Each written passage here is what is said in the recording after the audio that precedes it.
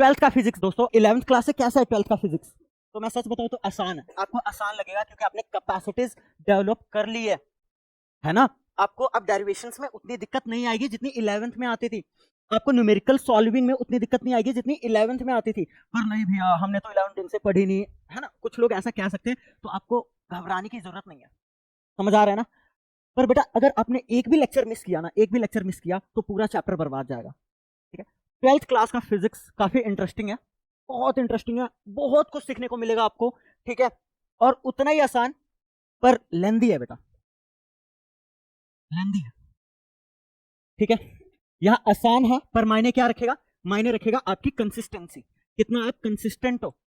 ठीक है, किन किन चीजों में कंसिस्टेंट हो? अरे भाई पढ़ते तो सब हो ना तुम, टाइम तो सब देते हो, तो रिजल्ट में फर्क क्यों दिखता है? ठीक है, प्रॉपर वे में पढ़ो। समझ आ रहा है ना? अच्छा ठीक है, कंसिस्टेंट का मतलब क्या है? इसका मतलब ये नहीं कि भैया ने हफ्ता लिया एक चैप्टर खत्म करवाने में, है ना, और टेस्ट लेंगे तो हम पढ़ना शुरू करेंगे।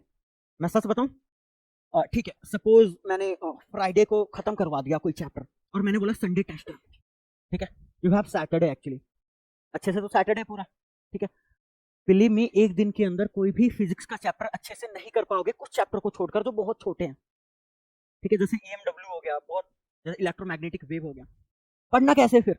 मतलब मैं आपको पूरा 1.5 दिन दे दूं ना, तब भी आप सारे डेरिवेशन, सारे न्यूमेरिकल, सारी थ्योरी नहीं कर पाओगे। फिर MCQs है, नहीं कर पाओगे। प्रैक्टिकली सोचो, दिखावे के लिए नहीं पढ़ना है। समझ आ रहा है ना? ठीक है, स्टार्टिंग से ही आपको स्ट्रेटजी फॉलो करना पड़ेगा भाई। एक चीज मैं आपको बताना चाहता हूँ, डेट्स इट। तो कैसे पढ़ना है भैया? तो कैसे पढ़ना है? अगर आपने 1-1.5 दिन अच्छे से पढ़ भी लिया ना, आप अटक जाएंगे। जब आप टेस्ट देंगे पक्का किसी डेरिवेशन में अटकेंगे, पक्का किसी न्यूमेरिकल में अटकेंगे। समझ आ रहा है? और वहां पे एग्जाइटी लेवल आपका बढ़ेगा। वो कई बच्चों से आपने सुना होगा, यार भैया मेहनत तो बहुत की, अचानक से पेपर में भूल गया, अचानक से टेस्ट में भूल गया। रीजन होता है हर एक चीज का। बड़ा अगर मैं भी ऐसे पढ़ के पेपर देने जाऊं, समझ आ रहा है ना, तो मेरे साथ भी यही होगा। तो बाकियों में क्या है, बाकियों में क्या है, कैसे पढ़ना चाहिए? देखो, पढ़ने का प्रॉपर वे बता रहा हूं।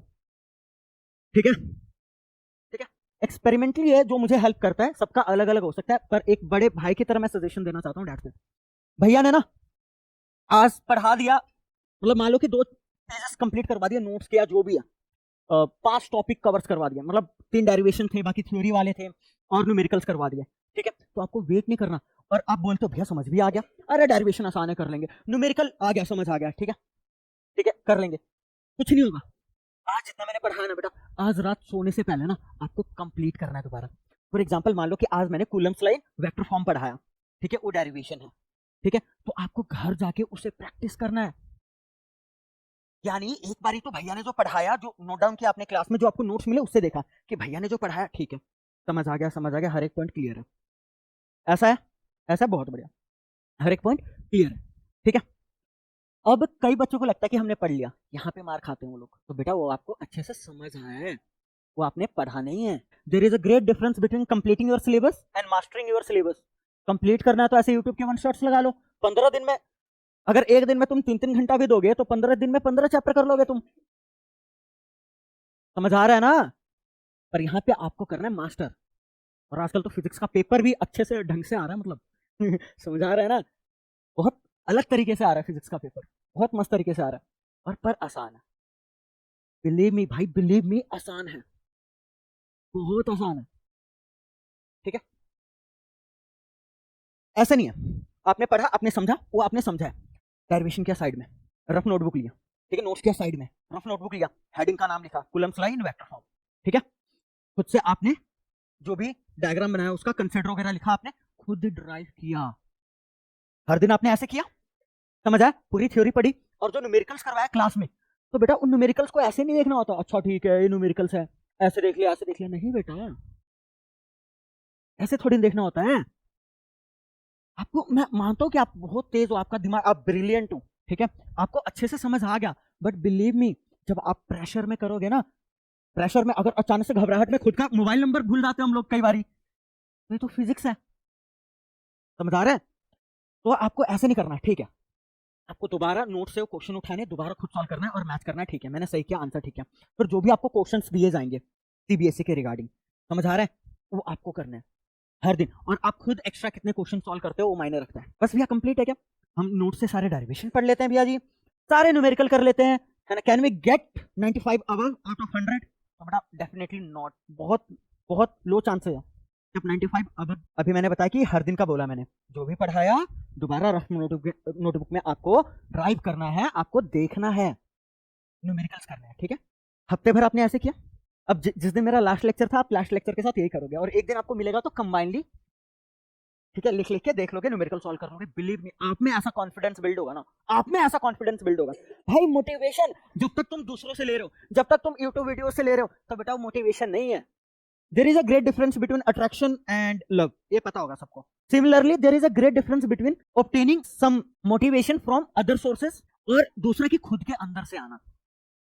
तो आपकी खुद के अंदर से आएगा, सिमिलरली ऐसा आपके साथ होता है, ठीक है। ये करने के बाद आपको कॉन्फिडेंस बिल्ड होगा, सेल्फ मोटिवेशन आएगा, और आप ऑलरेडी डिसिप्लिन्ड हो चुके होगे।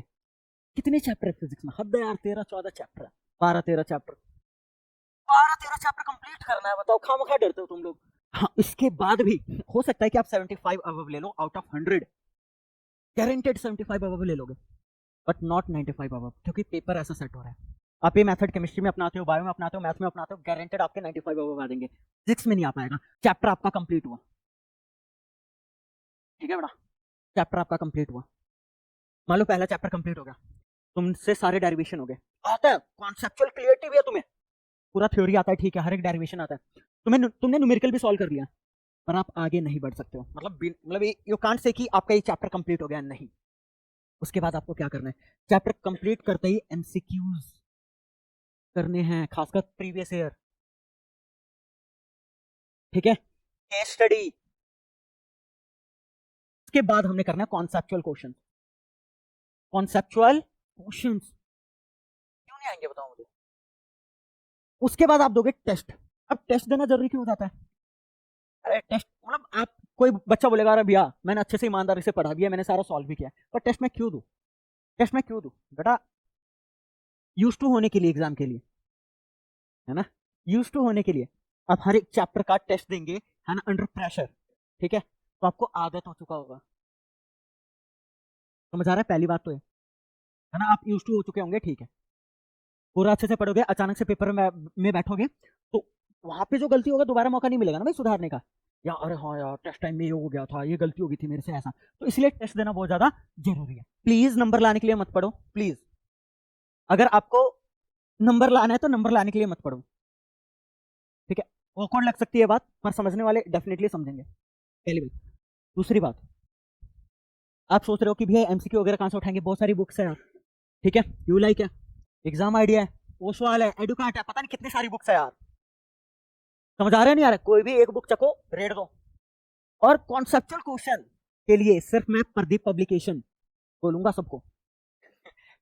सारे कॉन्सेप्चुअल क्वेश्चन किसी भी बुक में नहीं मिलेंगे तुम्हें, किसमें मिलेंगे? प्रदीप पब्लिकेशन में। और वो तुम्हें, आप बोलोगे भैया काफी मोटा बुक है, छाटना पड़ेगा क्या, करना पड़ेगा क्या, टाइम वेस्ट होगा फिर तो, ऐसे ऐसे नहीं, ये मैं प्रोवाइड करूंगा हर एक चैप्टर के बाद पीडीएफ फॉर्मेट में। समझ आ रहा है? मैं सॉल्व करवाऊंगा, ठीक है।